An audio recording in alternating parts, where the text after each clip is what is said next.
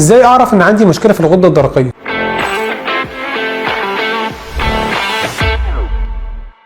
هي ايه اصلا الغده الدرقيه؟ الغده الدرقيه دي عباره عن غده موجوده في الرقبه، مكونه من فصين متصلين عامله زي الفراشه. غده بتفرز هرمون اسمه الثيرويد هرمون مهم جدا جدا، بيأثر على كل حاجه في جسم الانسان، على كل اعضاء. احيانا بيحصل نشاط في الغده، احيانا بيحصل كسل في الغده، احيانا بيحصل نتوءات حميده او اورام خبيثه في الغده. اعرف ان عندي مشكله في الغده الدرقيه لو بدات احس انها مورمه شويه، حاسس في انتفاخ في رقبتي، حاسس بصعوبه شويه في البلع، حاسس ان عندي كسل زياده او خمول، حاسس ان عندي وجع في رقبتي، حاسس ان عندي نشاط زياده لو افراز الغده زياده. لو عندي اي عرض من الاعراض دي، او حسيت بايديا كمان ان عندي حاجات بارزه في رقبتي، لو عندي اي عرض من الاعراض دي لازم على طول بعمل اشعه تلفزيونيه وسونار على الرقبه عشان اعرف اذا كانت مشكله حقيقيه من الغده ولا حاجه ثانيه. مشاكل الغده الدرقيه كتير، احيانا بتحتاج علاج دوائي مع دكاتره البطن والغدد الصماء، واحيانا بيكون مشاكلها بتحتاج تدخل جراحي زي نتوءات بكرايتيريا ومواصفات معينه، لا قدر الله اورام خبيثه او حتى الاورام الحميده، او عندنا فرط زياده في الغده ومش مستجيب للعلاج الدوائي، او عندنا كسل للغده ناتج عن التهابات متكرره في الغده. كل المشاكل دي